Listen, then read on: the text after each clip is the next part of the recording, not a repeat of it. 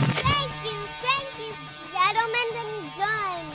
Coming. Hey guys, brand new podcast. But before I post it, I want to tell you one thing because I know you guys are listening to this. My bestie, my broke back buddy, my friend with more gut than I, has his special airing today, Friday, right now, on Netflix. His special's called Mostly Stories. It's Tom Segura. Do me a favor. Go out of the box. Take a second to tell a friend about the special. Take a second to post it on your social media. Tell everyone.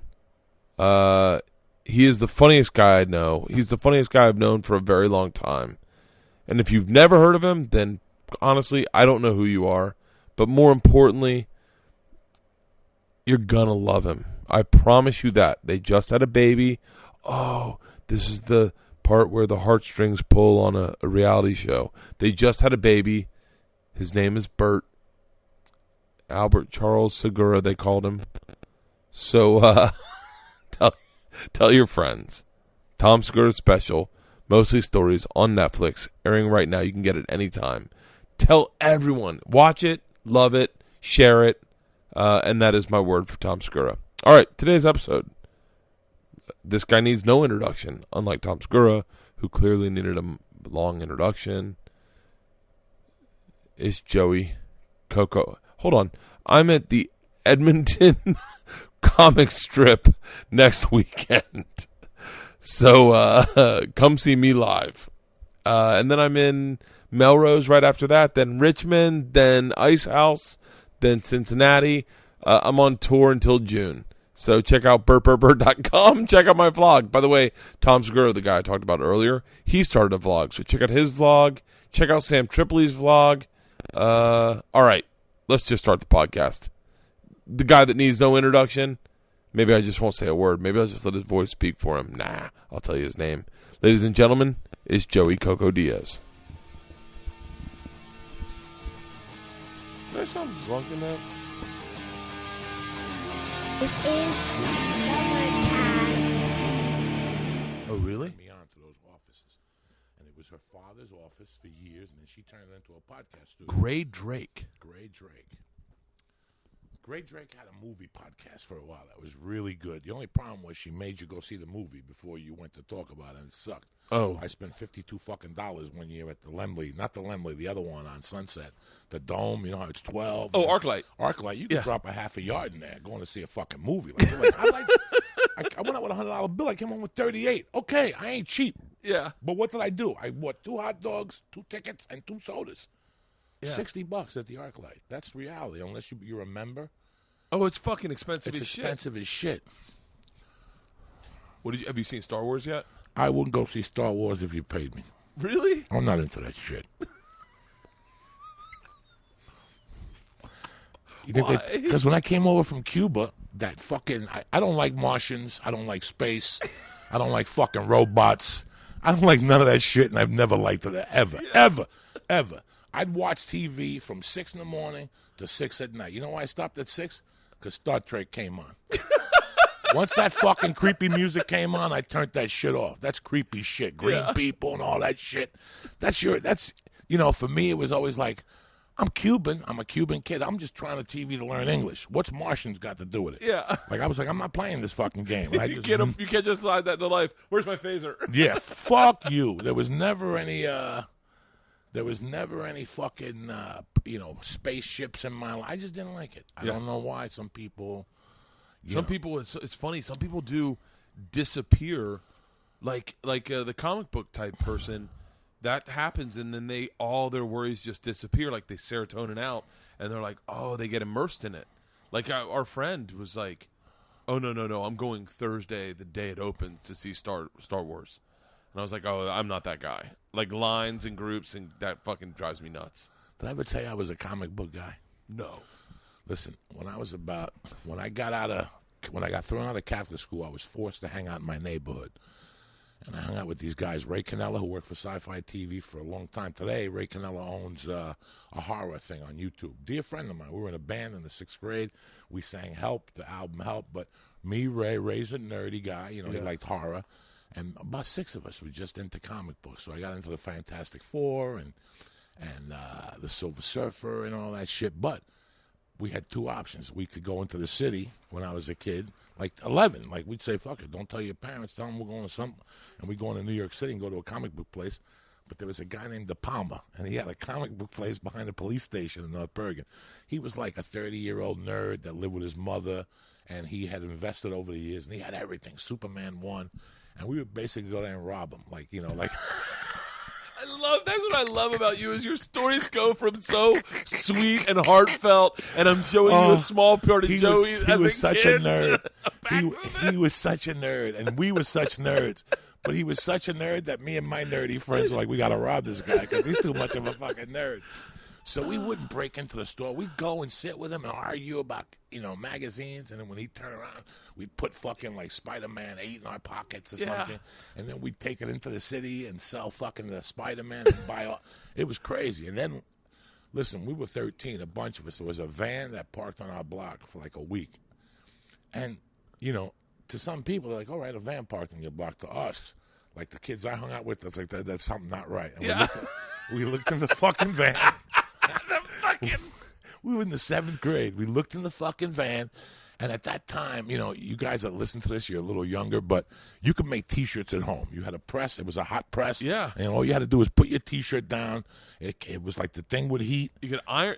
We right. used to do it with iron. With iron, right. Iron your This own was just shirt. a big iron. You could buy the fucking thing at the store. At the and store. You could make your own fucking. I remember that. So he had one in the van, and he had boxes of T-shirts, and he had comic books.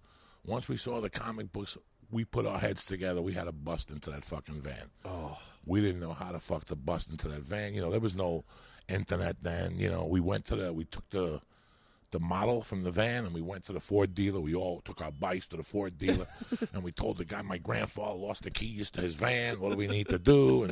And finally, as we're walking, one of the guys goes, just bust the window. The side window has that hinged for air. It doesn't go down or up. He goes, put a thing in and pop it, and it'll pop up. And that's what we did that night. We waited till like 9 o'clock. We popped it. None of us had the balls to actually get in the car and drive it. So we just emptied the van out. How old were you at this time?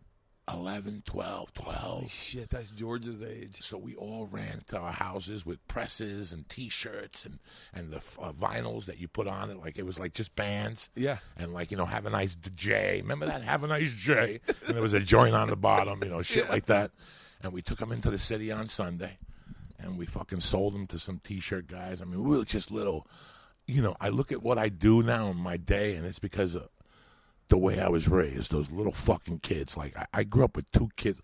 Irish kids are hardworking motherfuckers, man. Yeah. When I was a kid, those little Irish kids, the O'Neills and shit, we used to rob train tracks. And if there was nothing to rob, we still went to the swamps and picked skunks. Those things that you break and people light to keep the mosquitoes away. Yeah. I don't know what they're called right now. Are they like the cattails? Yeah, like a cattail. And we would do those and knock on people's doors and go, hey, man, it's summertime. You want to buy some cattails? How much? $3 for $1.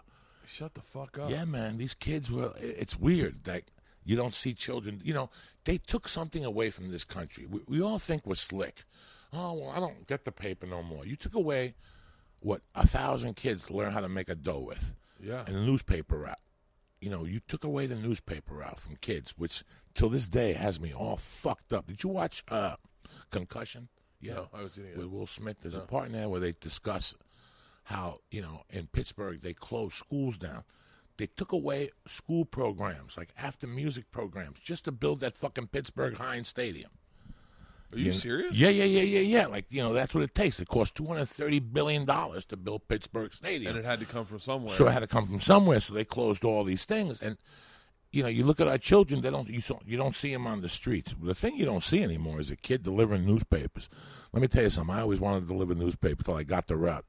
And they threw a curveball at me because I wanted a route in my neighborhood, but they gave me a route on 46th Street Hill, which is the worst hill ever. And I got it in December. The kid quit in December, so I took the kid's route. That means after school, the papers are waiting for you on your corner. You got to bring them to your house, slice them, put them together, break them up, put them in rubber bands, carry them in your bicycle or your bag, and go over there. That was a great job. And then you got to knock on the people's door and get your money. Yeah. which is a motherfucker. It teaches you so fucking much. Wow, they've taken that whole game away from children in this country. Children don't know. And it was like every 2 blocks a kid was delivering papers. But if you made $20, it took you an hour after school, and you made 20 on the clock, and you probably made 30 on tips. Yeah, you were making $200 a month when you were fucking 10 or 11 delivering newspapers. It taught you how to. One of the things that I heard Bill Burr on something say that on a thing talking about his paper route, and it's so funny. It teaches you how to be an entrepreneur and how to kind of like say, go up to a man and say, "You owe me $5 for my paper for the paper this week." And the same thing with mowing lawns. Our thing was mowing lawns. I want to say we did it for like $1 a lawn. I mean nothing. I really want to say we did it for a dime an hour. Like, but you'd go over with your lawnmower and you'd be like, "Hey, I'll mow your lawn for you." This guy would go, "Oh, okay." And it was like learning how to pitch yourself, learning how to sell yourself, and then doing something and taking a tad bit of pride in it. That's why these kids got ADD. Because they don't deliver fucking papers. They don't know how to talk to people. No. They're nervous. I think ADD something. Because I had ADD. I was half retarded when I was a kid. But I knocked on people's doors. I got my paper. I delivered the papers on time. I never had the early morning paper. That sucked dick. Yeah. You got to deliver those like at 7 and shit. I did that in college. I had to do the thrifty nickel. And I had to get up like 4 in the morning, go and get the papers. And I had to drop them off at all the state capitol buildings in Tallahassee. And it was, dude, all I remember is that it was cold in the morning and then blistering hot by like fucking 8 when you were done. And you'd be sweating, but you still had all these fucking clothes on. I want to say I got $40 for like 3 hours work. And I was like, fuck, that's Thursdays. Every Thursday morning. Sean Simonson gave me the route. And Sean Simmons gave me the route, but the first 2 ones I had to pay him because I was doing his route. Right. And I was like, okay, here's $15 for you. I keep 35 or whatever it was. But yeah. Do you think that the part of you that was looking at the world is like, let's go in there, let's rob this guy, let's go break into that van? Do you think that is parlays into how hard you work now? Because your podcast is what, twice a week? It's hysterical. I was talking to somebody this morning, and they go, I've been trying to get a hold of you. I said, yeah, we've been playing phone tag, me and this guy. And I go, I got to tell you something, because he's from Long Island, this guy. I go, I got to tell you something. I'm working harder now at 52 than what I did when I was a burglar. Like, all I did was get up, look for drug dealers, then you break into their house and take their coke. You know what I'm saying? This is hard work, what we do now. And once you get, listen, man, I was 29 or 30 before I realized the hardcore truth of the world, that there's college, there's high school, all that shit's great. But the real world is the real world. And you know what? You keep telling people no about work. Because I would get jobs and go, so, Bert, how long does it take me to get your job? 4 years. And I'd leave there going, 4 fucking years. 4 years? 4 years is an eternity, 4 fucking years. But and then one day you come to the realization that, hey, I'm going to have to do it. I got to pick something that I could get up every morning and fucking do. Yeah. And for me, it was comedy. I was telling the people on the podcast the other day, I was telling Lee how I watched the 7-5. If you watch the 7-5, the documentary of the dirty cops in New York, to the rest of the nation, that documentary is very shocking. To a guy like me, I grew up with dirty cops. For me to hear about a dirty cop is like, it was just the extent of the things they did. Yeah. These guys were crazy. But while this guy, Mike Dowd, was talking about breaking into a drug dealer's house one day, and there was 2 guns and there was cash, and the other cop took the 2 guns and he goes, fuck the 2 guns. When he was describing it, that's what I wanted to do. I had no ambition at 18 and 19. When people are 20 and 19, they'll tell you they want to be a fireman. Or my ambition was not to work and to have money. However that happened, I didn't give a fuck. Work was below me, and I wanted to sit at home, have dough, and be able at 4 o'clock to go, you know what, I'm in the mood for a steak. I actually thought at the age of 25 that I was going to accomplish that from just being a criminal. Like, that was my goal. Really? That was really my goal. I had no goals at all. Those years I was in Boulder fucking around, my goal was to figure out how I could get a couple kilos of coke and go big time with this shit and never have to fucking work, ever. Like, just sit on my couch, watch TV, and go out at night and get a steak. Maybe leave the house to go to the gym. And there was no, going to clubs. You weren't going to clubs at this time? No, I was never a bar guy. I'm not a bar guy at all. You're not. Not at all.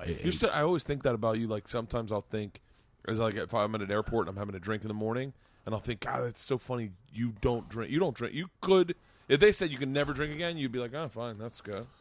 But I crave it.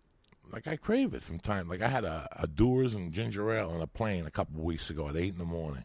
Yeah? It was fucking delicious. Just nutritious, delicious. It was like a yoo-hoo, you know? Like, Yeah. I realized how much I missed drinking. Listen, I was crazy, Bert. I'm still kind of crazy, but not like that. But I used to be crazy. Like, I didn't mind getting up and snorting coke or drinking. That's like, the that side was of you my I game. can't, I have a hard time. Like, I want to say I talked to, maybe it was Stanhope, but it was like, I see, the only side I see of you is the responsible, caring, nurturing side. Like, I only know you as when we first started hanging out a lot and I was trying to lose weight and I was going through some shit with that guy and I would talk to you every morning, we'd have coffee. I only know that guy. I only know that side. And I only know the guy that gets up every fucking morning, does his Periscope, does his podcast twice a week, does sets. You're the one that's like, dude, dog, we got to go do the fucking ha-ha. I'll meet you out of That was always there. Yeah, it was? That always existed. And then you just also had That this. always existed. I just had this secret battle. Really? That started at night. You know, that started at night. This thing started when I was a sophomore in high school. I grew up in it. Remember, I grew up in it. I grew up in it, in a house that did it. It was around at the bar. They were deep in it in the 70s when other people were talking about cocaine on the streets, kids. I already knew. I just couldn't say nothing because they go, how the fuck do you know? Oh, my mother was talking about it on the phone last week. You know, I couldn't say that. Yeah. My house was a very mira oye kaya. What happens in this house, you don't repeat outside. So I was always raised insecure as it was because I was an immigrant. It's bad enough I'm an immigrant. It's bad enough I'm Spanish. And now what my parents do, I mean, your parents do it completely different. Yeah. You know, I would watch the Waltons and go, I want to dump these motherfuckers for the Waltons.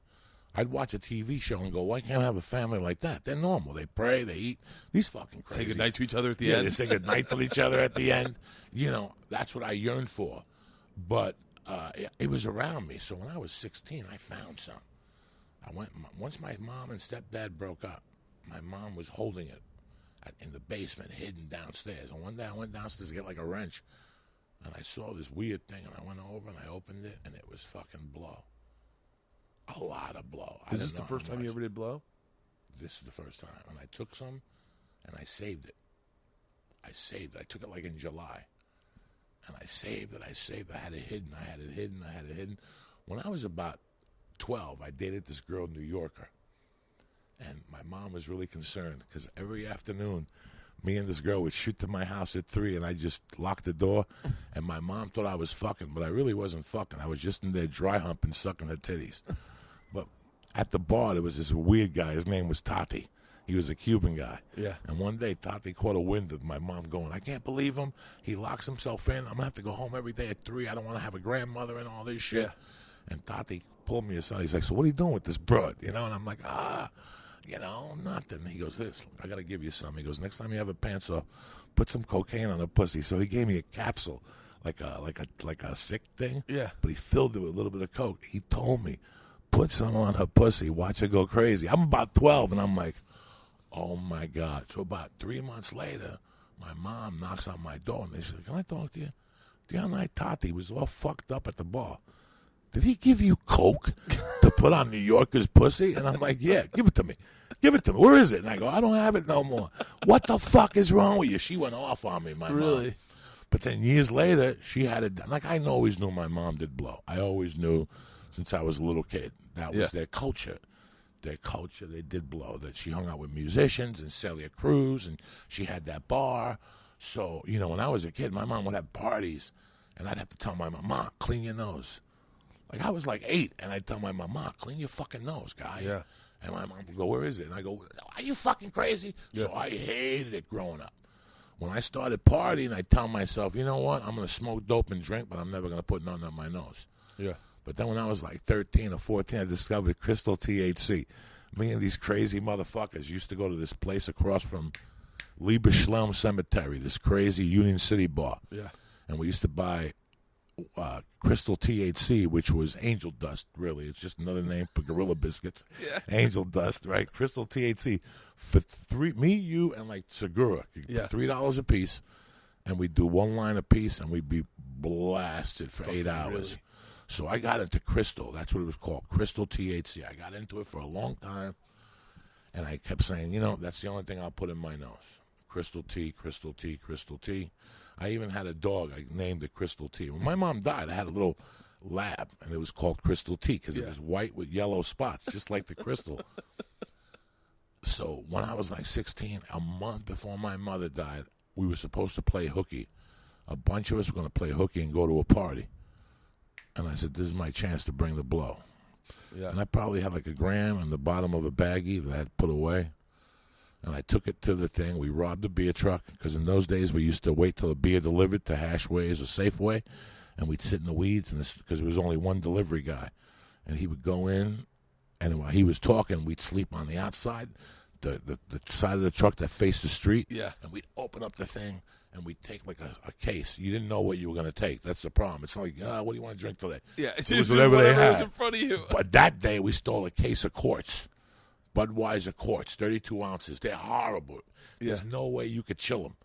So we had to go to my friend Lubes' house and fill the tub with ice and put the things in there. Yeah. And we played quarters, Yeah. Now, the kids that we were with, at this point, they were nice kids. They smoked dope.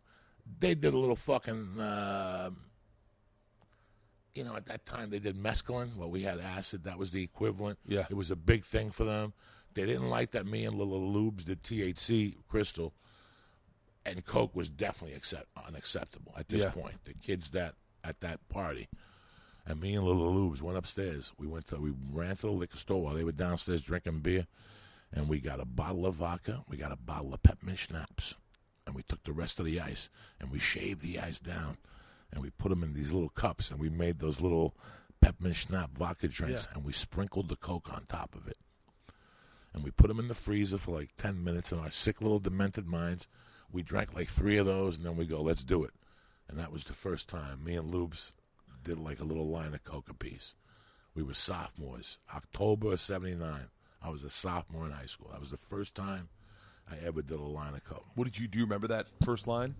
Yeah, nothing happened. Really? Nothing happened. I remember my first line of cocaine. I remember what happened. I was in New Orleans, and I was with one of my buddies. I won't say anyone's name, I guess, because I guess you can't do that. But fuck it, I'll say it. My buddy came and was like, we were at his house, and he was like, he had Coke, and we said, we'd love to. I want to try it because we wanted to get ecstasy. It was at this. It's the thing I think that probably addicts go through. Where it was Mardi Gras. We wanted ecstasy because we'd all been eating ecstasy that year, and we couldn't find any. And we were like, well, I can't fucking enjoy myself if I don't have ecstasy. How am I going to enjoy Mardi Gras? What the fuck? And then my buddy came and was like, we got Coke if you want to try Coke. And he's still one of my best friends in the world. Like, I love him like a brother. And he said, listen, and he pulled me aside to a bathroom. He goes, just giving you a heads up, this can fuck up your life. Like, this, he's like, I love you, and I don't want anything bad to happen to you. He's like, I've done it, and some people go overboard with it, and I'm just letting you know that, if you do something, I'm probably not going to, like, give you any more tonight. You can try it, but I don't want to fuck. And he was really thoughtful, and I went, listen, I just want to try a little bit. And he was like, fine. So we tried a little bit, me and my buddy Mike, and I remember immediately, like, one half of my face went completely numb. Like, from this tooth all the way around went, like, completely numb. And then I was like, I think I maybe should do the other nose also. So I did the other nose, and then this side went numb. And it was, like, the greatest feeling of my life. I remember walking around New Orleans feeling like I had the power of Superman. And being like, I remember being on one of those cable cars, those little trolleys, thinking I could rip the fucking handrails out of the ground. Like, that I was so strong that I could rip it out, that I could tear trees out of the ground, but I was smart enough to know not to, because then they'd figure it out. And we just did those 2 lines, like one on each, little tiny bumps, I would say. I wouldn't even say lines.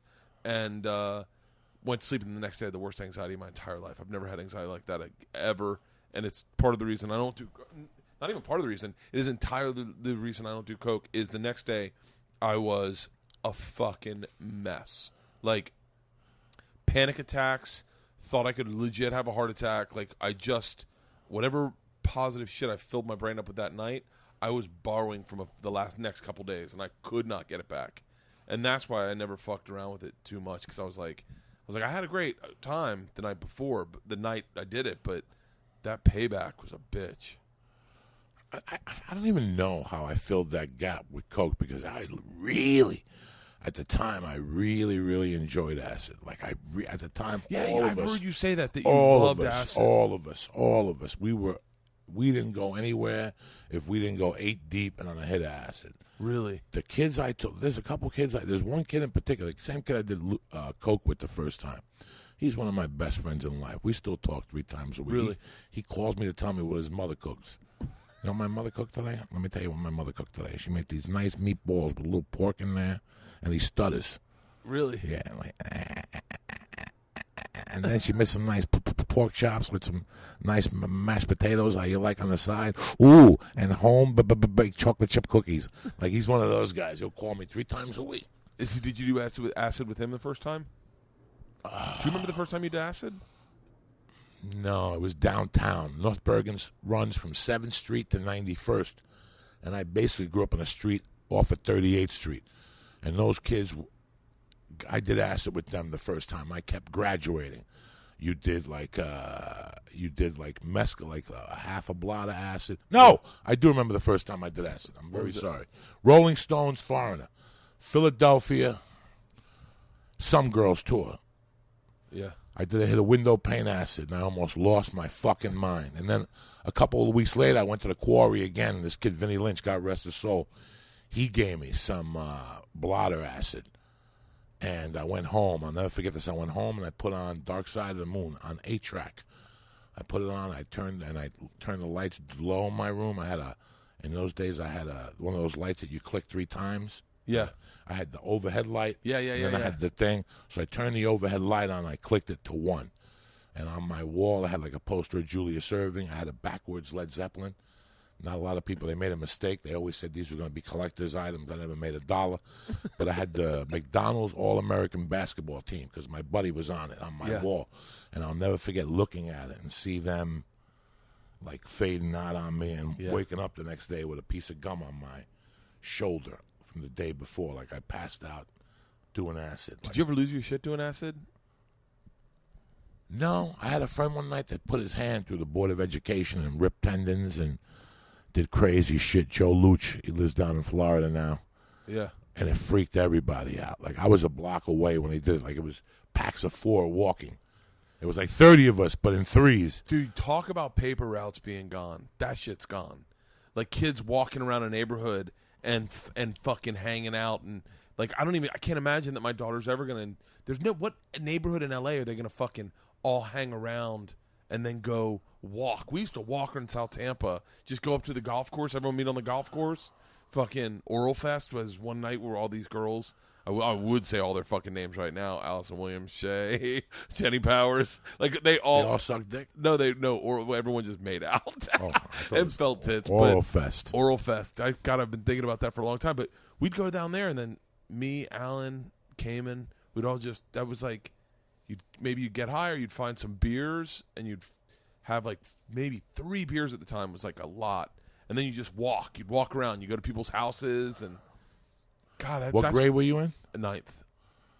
Yeah, from the 7th grade on, it was that type of, we'd meet, we'd get beers, and we'd smoke a little pot in the woods. And then I stopped going downtown. I started hanging. After my mother died, I changed I still lived downtown. But I hung uptown because the guys downtown were a little too crazy. Really? And they weren't doing nothing. They would just sit around and get high. I wanted to get high and mingle with girls and cheerleaders and talk to them. So I would go uptown and get high. And we had to walk from 38th to 76th Street. Summer, winter, fall, and I'm from the second hilliest city in the country. I'm from North Bergen, New Jersey, where you're always tackling hills. We used to cut through a cemetery. So instead of walking 2.5 miles, we'd walk 1.5 miles through a fucking cemetery in the middle of the night on acid, whatever. I still remember the night Freddie Prinze got shot. I walked through a cemetery and took a shit in the cemetery, and it was so cold out that I pissed and my pants froze from the pee hitting my pants. Like, that's how fucking cold it was. Like, I walked all over that fucking town. with my friends. I used to walk. That's part of the thing, is getting high and walking and talking. And I remember the first time I got high and I sat down somewhere, I had a panic attack because I'd never been high sitting still.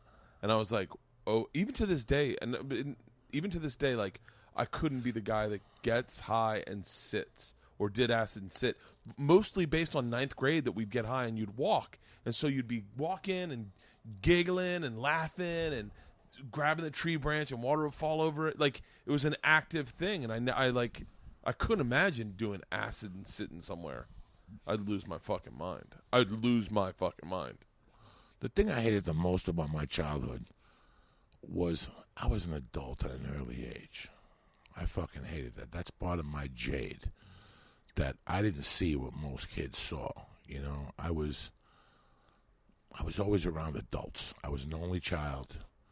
You know, I was good with kids and I was popular with the kids I hung out with and stuff, but I always felt more comfortable with adults. And it's funny, the other day I went to Marie E.T. with Steve Simone, and we're just having coffee, just bullshitting. Yeah. And school must have got out. It must have been about 3:30, and some girl pulled up. I had a clock her at 16, you know. Yeah. Was she good looking? Not. She was no model. She was just a cute girl. And she came out. She goes, "Can I bum a smoke from either of you guys?" And I'm like, "Nah." And she went, sat down with her coffee, went to the liquor store, got a pack of cigarettes, and came back. And she had, like, shorts on and combat boots and, you know, a typical girl in high school, wanna look, you know. But the way she was smoking and her body language told me that she was 18 going on 35. So after 15 minutes with a 3-year-old daughter, you know me, I want to get to the heart of the matter. I call her over. "Rose, come on over here." Yeah. And she goes, "Hi." And I go, you know, Felicia's boy. She was telling me where she went to school. Yeah. And I go, "So you go to school with Felicia's boy?" And she said, "Yeah." And I just talked to her and just picked her brain. Her parents were divorced. You know, fuck. Her dad was pissed at her because she was growing up too fast. Yeah. You know, the dad had gotten a girlfriend. So she was living with the dad. The dad got a girlfriend. So you could see she had to grow 0 to 100.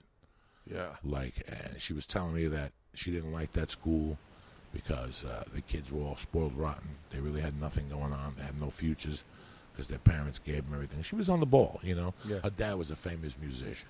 Yeah. She told me his name. I even said to her, "Well, I know who your dad is?" And in like a shy way, she said, "Yeah, he's 61. He's clean and sober now, but he was big time, you know." Fuck. He lives in Calabasas. The mother lives around the corner. She runs a what do you call that? When you volunteer after school program. Oh, yeah. She was a really sharp kid, you know. Yeah. I asked if she got high. She told me, yeah, she smoked pot. You automatically identified because you had that childhood too. I knew. I just know. I want to know what happened, you know. And she told me and Steve Simone. And it just, that's what I hated. That, you know, at 15 I was going into the city, the movies, where my friends were just playing tag football. You know, half the neighborhood were trying to be adults and the other half. And you're right, there's no more kids in the streets. Yeah. When I went home, I took my daughter to my original park. You understand me? I took her to the original 38th Street. One of the funniest things in my life happened at 38th Street Park. There used to be a little hut in the middle, and a guy was sitting there. And his name was Mr. Kennel. In fact, Jackie, his son, just got out of prison. Jackie Kennel was his son. Yeah. He had 2 sons, and I grew up to be friends with Jackie because of his father. His father was always very fair to me. Now, this was a very white Irish neighborhood. Irish, Italian, a couple Jews, a couple Germans. Yeah. And the spick started moving in. You know, a couple cute. So I was one of the first Cubans to move in. But my whole 4 or 5 block neighborhood had one black person. Really? Her name was Marlo. And Marlo didn't help her cause. Not only was she black, but she was 5'2", 300 pounds, in like the 6th grade with just a huge afro. Yeah. And she was dark as the night. I liked Marlo. I Yeah. spoke to Marlo all the time. Marlo had a white, big, fat mother with like a black father who had gone away, and they lived like in the worst building in the neighborhood. Like Yeah. that was the rent control. I never had a problem with Marlo. But one of my first experiences in that park, 38th Street Park, it's the summertime, and he's sitting in his park booth with a little fan on, with a little window. No, the window's closed. Yeah. And he's just looking at the kids, and all of a sudden there's a bunch of kids chasing each other, spitting at each other. I'm in the park, like in the corner, like doing something with like Jimmy Balzano, like whatever the fuck we were doing. And he looks up and he sees Marlo spitting back at the white kids. And he opens the sliding door and he goes, "Hey, don't let that nigga spit hit you. It'll go right through you." This is what this guy said in 1975. And he closed the window. And I went into shock. Like, I had never heard the word nigga used that way. I'd grown up with black people in New York. I had never heard of it used like that. Nigga spit will go right through you. Well, that was the part. I took my daughter back to that park, December 8th, and I made a play, and I just stood there, and I absorbed my neighborhood. I just absorbed my neighborhood. And right across the street from that park was Carmine Balzano's house. And Carmine Balzano was the local cop who ran the fucking neighborhood with mob ties. Yeah, I think I've heard you talk about shot this guy. a guy in the house, the whole fucking thing. And I'm looking at the house, and I remember when we were cleaning out that attic, we found money. Whoever had this house before had so much money, they used money as insulation. And here's me, Anthony, Frankie, and Jimmy ripping dollar bills and fives out of the walls that were stapled into the fucking walls. Old dollars. They were all ripped. Yeah. The humidity had gone through them. They were dry. You never felt. I'm looking at all the fun I had in that house. How we used to go there in the summers, and they had a slicer with ham on it. And anytime I would just walk into this Italian people's houses and go, "Ma, what's up?" And I'd get on the slicer and cut the ham. Not that fucking bozo ham either. Yeah. She'd make a real Thanksgiving ham. And they always So had it's not like a bought like honey baked ham. She made this no. fucking thing. And to boot, she used to make cream of chicken soup with rice in it. And you take the pieces of ham off she used to make cream puffs. One time I was in their pool, and my mother told me to make the fucking bed. And I didn't make the bed. My mom goes, "Make your bed today. I have company coming on. I want them to go to the bathroom and see your fucking room." And I go, "Ma, I'm not making my bed." I was about 15. I was already feeling my oats. And I'm in the pool with the Balzanos and a bunch of other neighborhood kids. What? There's some bitches in the pool. We got goggles. We're looking at their pussy. And all of a sudden I'm hearing, "Jose Antonio." That's what my mother called me. That's my real name, Jose Antonio. Yeah. And she's like, "Jose Antonio." And I'm hearing this, but I'm like, that bitch is down the corner. She don't have the balls to come over here. Dog, within 2 minutes, I saw her going, "Jose Antonio, sal a la piscina." And I'm like, "Ma," I didn't even say nothing. They're like, "Who is that?" I'm like, "I have no idea." That's a crazy Spanish woman. All of a sudden I hear my mom, "Crazy Spanish woman, huh? Te voy a matar, hijo de puta." And all of a sudden I see her fucking foot hitting the fence. Like she's picking herself up over the fucking fence. Like she's climbing in. And I'm like, and all of a sudden she popped her head over, and I just jumped out of the pool and ran home. And she went around the other side and hit me the whole way home with a broom handle. Hijo de puta, I told you to make the bed. Yeah. Like so many things had happened in this house. And then when she died, they were the top runner to get me. I was the number one draft choice in the neighborhood. I was trying to hold out to who was going to adopt me. I wanted to go to a place that I had my own bedroom and my fucking own air conditioner, because that's how I was raised. Yeah. I was an only child, so I had my own bedroom, I had my own air conditioner, Yeah. I had my own cable TV. I had no time for this fucking sharing rooms with brothers and shit. So it was between the Balzanos, the Garcias, and the Benders. But the Benders had no curfew. That lured me to the... I didn't... You know what? I could share a room as long as it had air, but no curfew. You got my ear. You got me. No curfew? No curfew. You got me. And I had known the Benders for years. They always had food in the refrigerator. Me and Mr. Bender were tight. I love Mr. Bender till today. I always feel like I call Bobby every 90 days, and I go, "I let your father down, man." That's how much I love Mr. Bender. Really? Mr. Bender was a good fucking dude. He took me in. But Carmine was my neighborhood chief. The reason why I'm still here talking to you is because Carmine, everybody knew that you could fuck with me. Yeah. But if you fuck with him, know that guy's coming. Yeah. If you would have fucked me up really bad as a child, Carmine was going to raise his hand just on impulse. So a lot of people said, just leave him alone. Why fuck around with this guy? Then Carmine shot a guy in his house 7 times in self-defense. When we were kids, when we were like 12, we went to Carmine's after one day we were walking home from school. And Anthony goes, "You hungry? Let's go to the house." And when we got close to the house, there were cop cars around the house and shit. The feds had gone into the house and they found the machine gun that Patty Hearst had. That's how tight in Carmine was. Really? Carmine was tied in. So I'm sitting here with my daughter, with my wife at this fucking park, looking at this house, thinking about all this shit. Anthony was dead. They had 4 boys, and the kid that was my age died. Really? In the 8th grade in a car accident. So I had lived in this house. I'm looking at this fucking house. And all of a sudden at this park, it's 11 in the morning. And me and my wife are talking to go and eat lunch. And there's a guy playing with his daughter. And I'm sitting there an hour, and I don't see no kids. There's no school. And as the guy's walking past me, I go, hey, man, do kids ever come to this park? And he goes, no te entiendo. I don't speak English. He goes, I'm Cuban. I just been here 8 days. So I started talking Spanish to him. I go, so you've been here 8 days? I go, where do you live? He pointed to the Balzano house. How fucking crazy is that? He goes, my daughter owns that house now. And she gave me the second floor. She sent for me, my wife, and my youngest daughter. That's who he was at the park with, his 4-year-old daughter. Holy shit. And we talked for another hour, and I go, listen, if you have any idea what happened in that fucking house. Yeah. If those walls could fucking talk. If those walls could fucking talk in there. That was a crazy house when I was growing up, man. That's fucking insane. You know what? It just dawned on me in the middle of you telling that story. I was like, I only have pictures of me at like 16, 18, 20, 23, 25 because my mom would hold on to them. And I was like, oh, I'd love to see a picture of Joey at 22. I'd love to see a picture of Joey at 18. But in order for you to do that, you had to grab those pictures because no one was saving a scrapbook for you. No, and I didn't like taking pictures. Really? Yeah, I don't like taking pictures. I never really dug it. But this is something my niece sent me. Come on, you fuck. That's me at 18. God damn, you look like Ty Rodriguez. My buddy Ty Rodriguez. That's you me. look fucking just like him. That's my brother Mike Runny. He, after I left the Benders, he told me, come live with us. Yeah. And me and him rented the downstairs of his mother's house, and that's a complete different fucking bag of worms right there. Holy shit. I was 18 in that picture. That's the only probably picture I have of me at that age. My mom was a big picture chick. My mom took pictures of every birthday. The picture I had. on your album, your mom.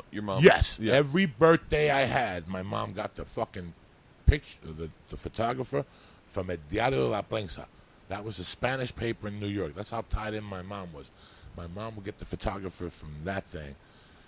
And on my birthday, February 19th, my mom would start. We would start with me walking on the street into the bar with a suit on. Yeah. My mom threw Cuban-style parties. Like tomorrow's my daughter's 3rd birthday, and I have no idea what to do or where to start. And even if I did, I'd have 8 people to invite. Yeah.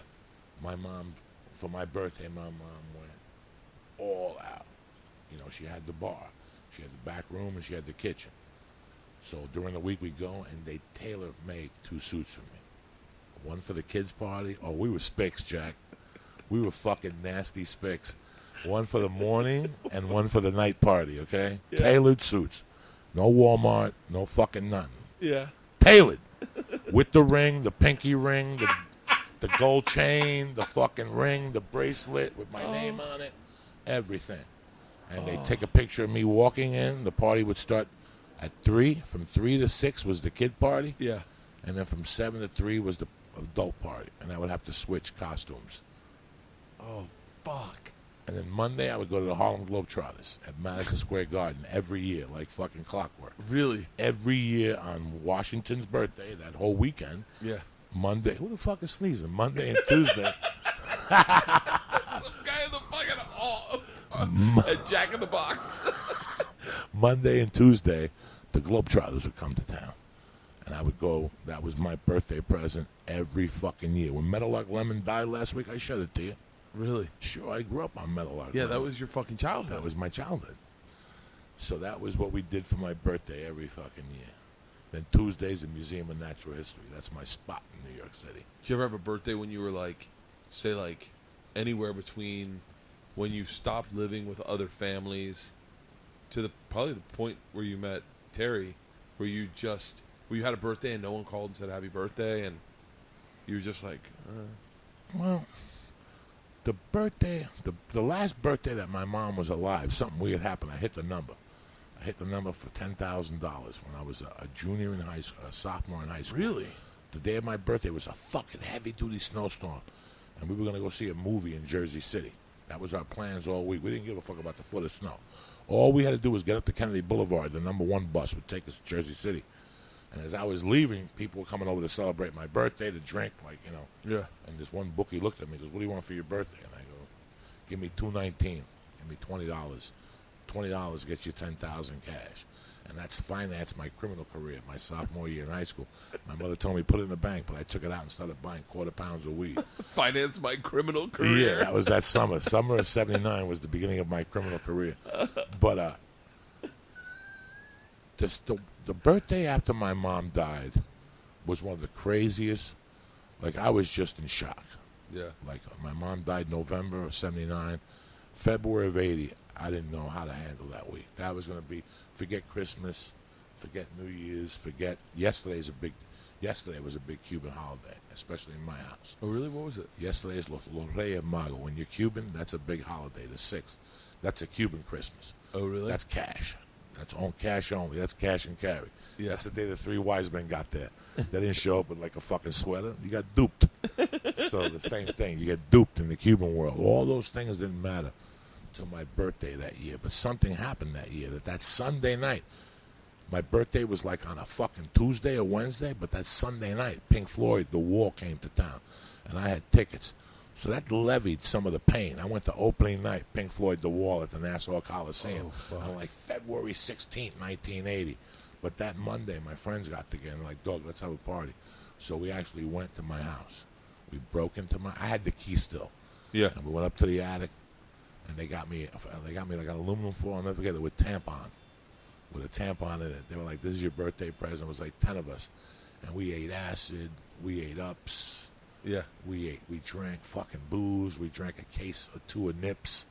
I mean, we got fucked up. And there was a Dominican kid I grew up with, but he had an afro. So as long as you had an afro in those days, they just called him Louis the Nigga. That was his name. I've heard that guy. I've heard you talk about that guy. I loved Louis Hernandez. I loved him with all my heart growing up. But, you know, the town we were in, they called him Louis the Nigga. This is how good that party was.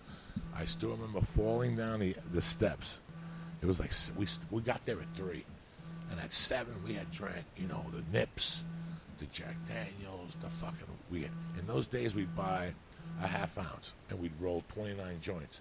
And we wouldn't leave. Nobody left till that last joint was smoked.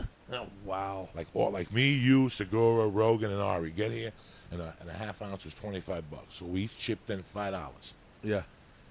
We started rolling. We'd clean out the weed, and we'd start rolling. And that was our night. Like, we're not going home till we smoke 30 joints. And sometimes we'd go, all right, let's smoke 25, and we'd take home a joint for the morning. That's big. Yeah. But in our world, nobody took home nothing. We all smoke everything, you know. So I'll never forget this, going into my bathroom and seeing the Louis the Nigga puking with his head in the toilet. And I just went over, picked up his afro and said, excuse me. I took my dick out and I just peed while he was just like. And then after I finished, I wiped the toilet and I put his head back in. The next day, we left him there.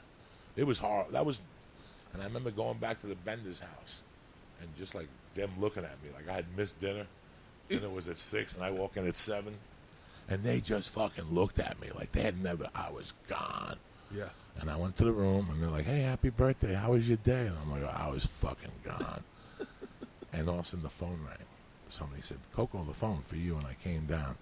And the phone in those days was against the wall on a table. You have a table for the phone. But there was a mirror.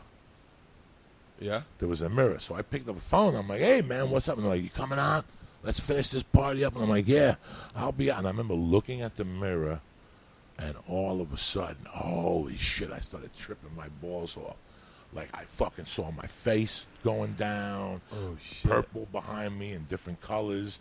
Like, my eyeball was catching all the colors, my retina. It was fucking amazing. And I went right upstairs, and I think I did half a Quaalude, and I fucking went to sleep. That was it. That was my birthday when I turned 17. But the worst birthday I ever had was 1985. 1985? So That you were was 22. I was by myself. I was on the lam, Yeah? and I didn't want to do shit. What's in there? Just a juice. I don't know whose this is. No one's. I didn't want to do anything. I was alone. I'd been on the lam. I wasn't doing blow anymore. And I'll never forget that birthday. That was the worst birthday, but the best birthday.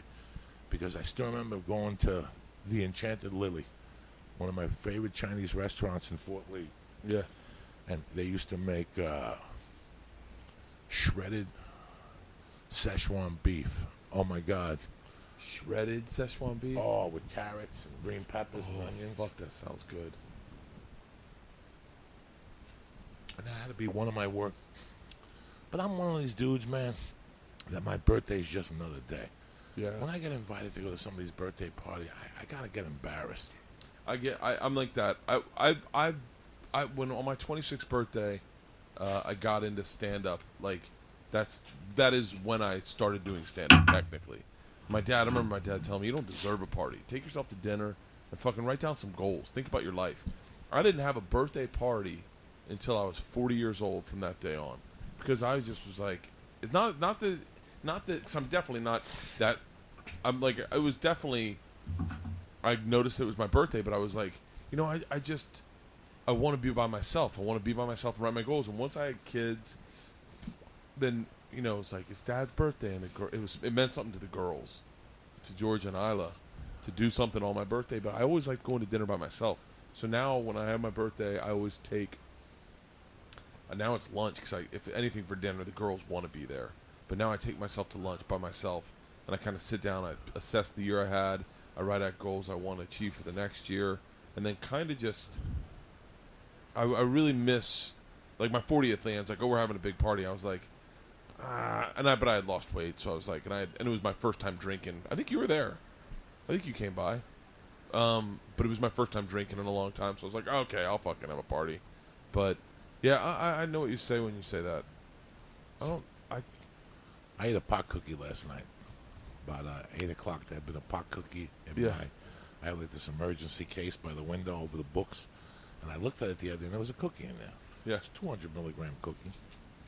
I've been getting anxiety attacks, and last night I broke the cookie, ate it in half, and by 8:30 I was giggling by myself, and by 10 o'clock I was wiped out. My wife had gone to bed at 9:15. It was 10. I just turned the TV off and fucking went in. And at 3 o'clock I woke up. And the first thought that came to my mind was, it's January 7th, 2016. What if, and I told my wife this when we were walking Mercy to school, I go, what if I would have sat my wife down in January of 2006 and said, listen, here's the deal. First off, I'm going to clean my act up. I'm not going to do drugs no more. Number two, we're going to get married. And we're going to have a kid. Not only a kid, but a great little healthy, little crazy little girl. Yeah. Would you believe me? Like, I said this to myself in bed. I remember looking at the clock, and it was 3:31. And I go, why would... I just woke up to that thought. Like, that just happened the last 10 years. Like, I got off drugs, I got married, and I had a kid. Like, and you're not even talking about the career shit. I mean, 10 years ago, I'm trying to think. 10 years ago, you were probably doing the same in, like, movies and stuff, but your stand-up has fucking exploded beyond belief. I mean, you're the guy. I mean, you've always been a guy that everyone's like, have you seen Joey? But now you're the guy that, like, everyone's story is, oh, dude, did you see him last night? Did you see what Joey's working on? Like, I mean, that's next level. that's like a cover of a magazine for me. Like stand-up and shit. Yeah. I'm just talking about, I remember doing my last line at 4 in the morning. I had just jerked off 6 times. I just smoked 2.5 packs of Camel Lights. I just went and I got a check from SAG for $82. I just spent 60 of it. And I went back to the ATM and I took 60 out of Terry's account last night. And I'll tell her in the morning that I just needed money for the morning when she calls me from work and notices the $60 is gone, you know? Yeah. And I would sit there and go, when is this going to end? Like, when is this fucking nightmare going to end? How much longer am I going to keep doing 2 grams of coke every night? 2 grams is a lot. 6 nights a week, 7 nights a week. What's the 8 balls? 2.5 grams? 3 grams? 3.5 grams. 3.5 grams? Like, I was at that point in my life. Like, after I did The Longest Yard, and The Longest Yard was released, and 6 months after that, I didn't really get any calls. I went into a dark fucking place. That was it for me. Really? That was it. That was my shot. That was it. I just did a movie with Adam Sandler. It was number 2, $58 million the first fucking weekend. What else do you want? Yeah. If nobody called me from that, it's over. This was just a lie. This was just bullshit. Everything they told me on the set. You know, when I was shooting, that's why I hate sets. I hate those people who work on sets. I tell you, that was great. You ever work on a movie and they do the same take 8 times and everybody laughs all 8 times? I don't laugh all 8 fucking times. What are you morons laughing about? Stop it. Yeah. You know, they blew smoke up my ass when I was shooting that movie, and I bought the ticket. Oh, I bought it because I wanted to buy it. It's like you'll go to 18 psychics to find the one that tells you what you want to hear, and that's the one you'll keep throwing money at. Oh yeah. Or you Keep do an telling open mic on Sunset, and everyone's like, "You're the best comic." You're like, "Okay, I believe that." At an open mic on Sunset where there's 12 comedians hanging out in the back. Right. Sure. It was. I bought it. Look, hook, line, and sinker. And I see it happen to actors. When an actor does a comedic show on television and they get through 6 years, they really bought into it, that their comedy's next thing. Oh, yeah. And without the spine that we have developing stand-up, you're just saying somebody else's lines, you know, and you have a natural talent for timing and stuff like that, but there's also a director involved, and there's also a cut, and an editor involved, you know, and people get the reality. When I did my work to be a comic, I was a fucking comic, you know. But let's take that all out of the way. I mean, just to think there last night and go, and I told Terry this morning, we were howling. I go, Terry, I wake you up January 2006 and say to you, hey, we're going to get married and have all this shit in 10 years. We were howling. Yeah. Like how fast it happened, you know? Yeah. And I have a friend who's still getting high, she still calls me, and I tell her from time to time, I go, listen, man, I didn't believe all these opportunities were going to open after I stopped getting high. Like that was it. Yeah. Do you attribute it to stop getting high? Oh, fuck yeah. Really? What was the bottom? What was the reason? What was the how did you stop? Like, what was the last line you did where you're like, okay, that's it? I can tell you the last time I put chewing tobacco in my mouth, I was driving with Leanne down to our honeymoon, and I was like, and Leanne was pregnant. I don't tell everyone that, but Leanne was pregnant, and we're going for our honeymoon, and I thought, I'm going to have a kid. I speak for a living. I should probably want to hold on to my tongue or some part of my mouth, and I'm not enjoying this. Fucking done. I don't want to just look back and go, God, man, mouth cancer. I could have stopped that. And so I stopped. It was the last chew I took. And what was the last line you did? Like, what was the one where you were like? I was leading up to it. 2007, like that January, I already knew that this had to end. Like, this has to end. I had surgery on my neck. They took a fat ball out of my neck, and this had to end. This has to end. This has been 30 years. This has been since 1979. It's 2007. 2 more years, I'm going to hit 30 years. Then I saw the Ray biography. Yeah. He was 60 and got clean. What a waste. What a fucking waste. And you did great music, and you got to the Music Hall of Fame, and you made millions. But he'll tell you that he missed a certain part of his life. You know, when you're addicted, you miss a certain part of your life. That was cause of it. I was seeing what it was doing to my house. Terry's a great lady. Yeah. Any other wench would deserve it. Not Terry. And it was a couple things. It was John Gotti had taken over the Gambinos at 45 years old. When I saw that on TV one day, I'm like, what? He took over a crime family at 45. I'm 44. I got a year to go, and I can take over a crime family. That's how I had to look at it, you know? Joey, like that's such a great fucking... That's how... It was so many things. Listen, that's why rehab is such a waste of money, because so many things went into me getting sober. That, you know, then I got a call one day from Bonehead. When I was a kid, Bonehead was my friend's older brother. Yeah. And one day he's like, hey, man, what are you doing right now? I gave him a bump. Yeah. We did like a bump, and he's like, where'd you get this shit at? I got it in the city. He goes, come on. Oh, I got it from around the corner. He goes, come on, let me take it. He had a van. He was a plumber. Bonehead used to take us to McSorley's Ale House in the village, sit us down when we were 16 and 17. We'd get 3 mugs of beer for $2 and a hot dog or a bowl of chili. And then he'd go, what do you want? I'm like, I don't know. What do you get? He goes, Tumenols, barbiturates, heroin, whatever you want, I'll get. Yeah. I'd give him $10 and he'd give me 8 Valiums. And then he'd go get heroin. And he'd get tuned up, and then he'd come back to the table and sit with us. And then we'd walk and watch the Square Park and watch Chappelle. And watch Chappelle was 15. And watch Charlie Barnett do stand-up. I just took it up on YouTube last week on Rogan's. And Bonehead used to take me over there, and it was always an adventure. I hung out with 3 brothers. And one brother, and he had two other brothers. One I ended up being really good friends with, but Bonehead was my heart. Bonehead was really good looking. He was just hooked on heroin. He had a crazy girlfriend, and at night they'd do heroin. They both pass out, and I'd sleep at their house. I'd pass out too, doing blow, and I'd wake up in the morning, and she'd be naked, and I'd just stare at her pussy for like 20 minutes and shit, and like touch it. I was like a young kid. Like she had her name was Donna Chinsoon. She was half Irish, half Chinese, and she had a beautiful pussy. And I would sit there in the hallway and just jerk myself off. I was about like 17 and shit. I just jerk off in the mornings and leave. She was so hot. I can't believe I'm telling this story, but who gives a fuck?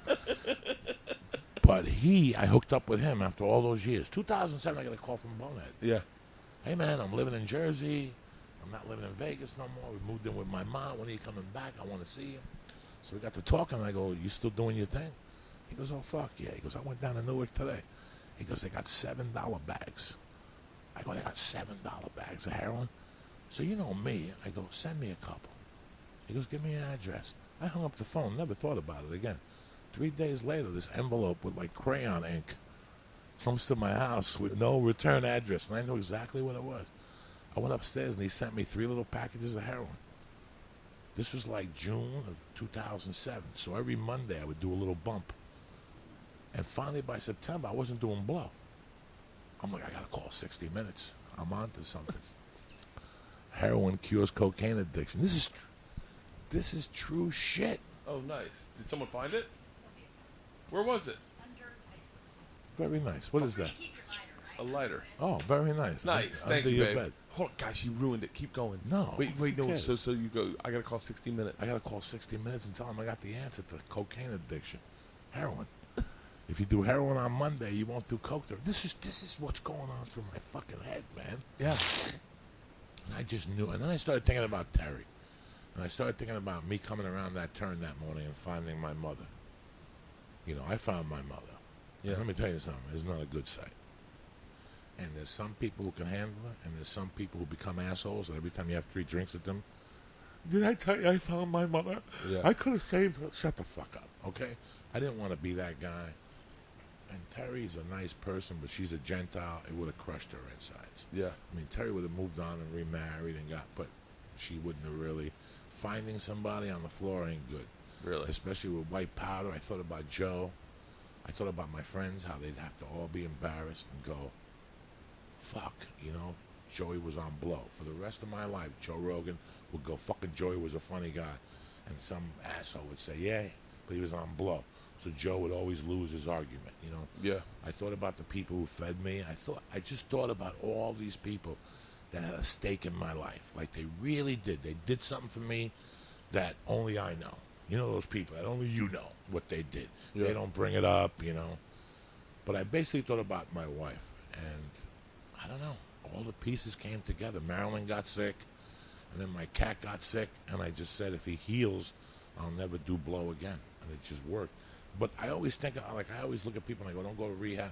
This was a year or two of me thinking and making notes there and really feeling, because that's what you have to become. You have to become empathetic and think about Bert. You know who's not going to handle any of us dying? I told Joe this once. I go, you know who's going to suffer the most when Joey Diaz dies?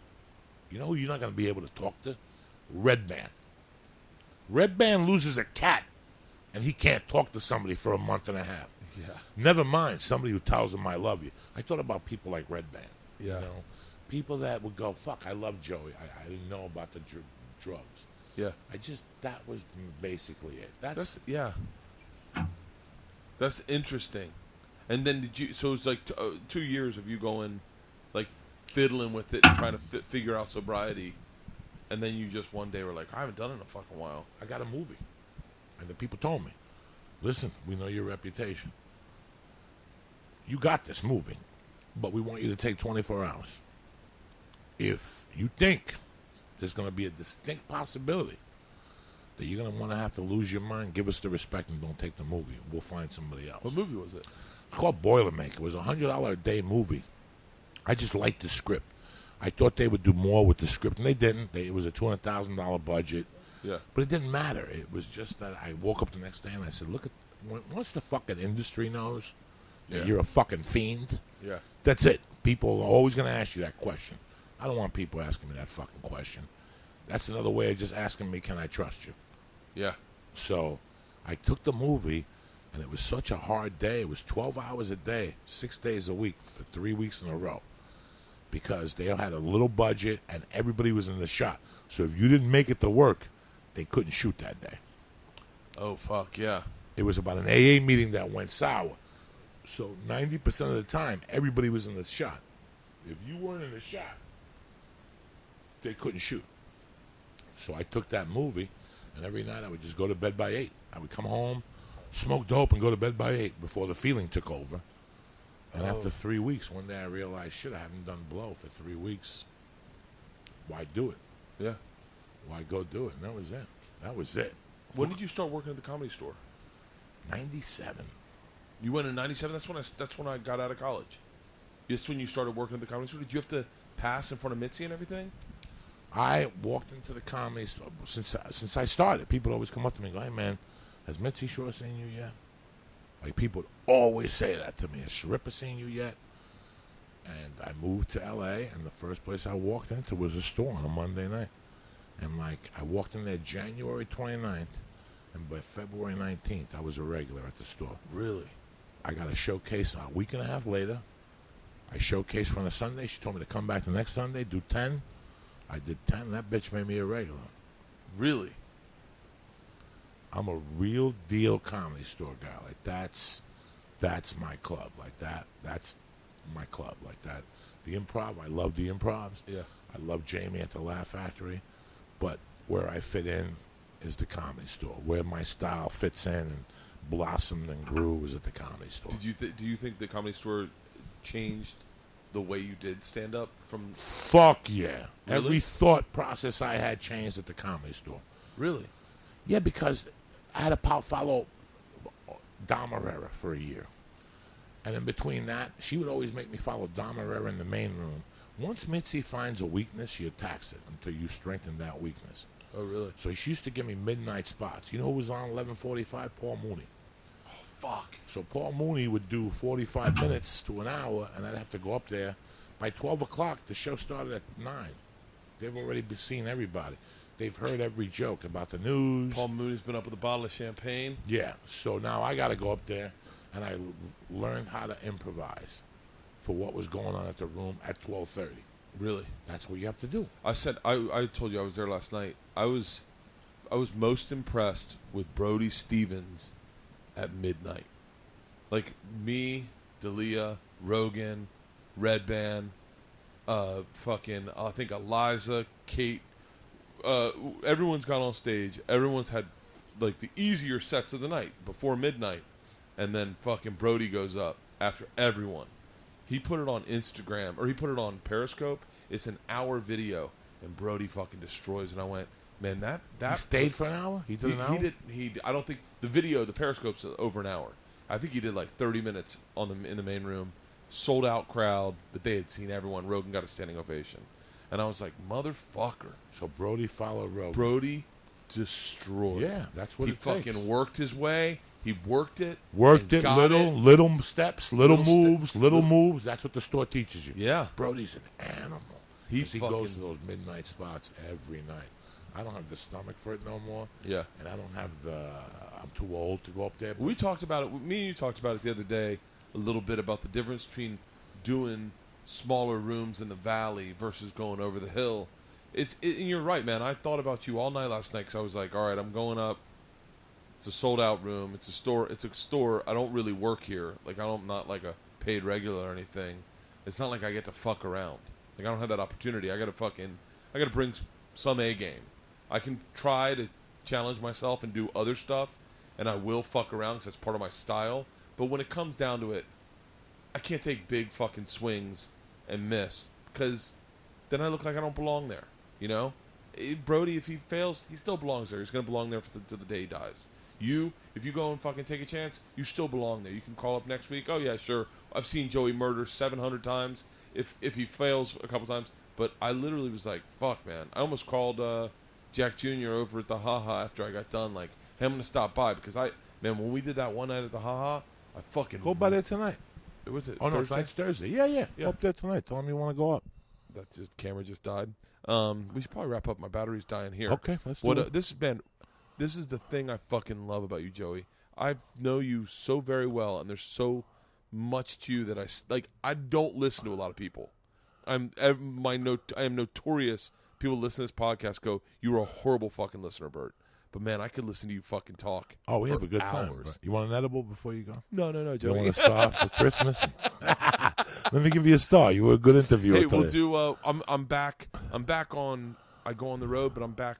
We'll do like Tuesday night. We'll come over here late night. Whatever you want. I love that. I love this shit. Yeah, we'll continue this. Thank you for having me. Dude, I love you, Joey. Savage Dad Tour starts January 28th in Charlotte at the Comedy Zone. See you there, Tom. Is that where you're going to be? Nice. All right. And everyone, listen. And at least I am. All right. Peace. This episode was brought to you by The Machine.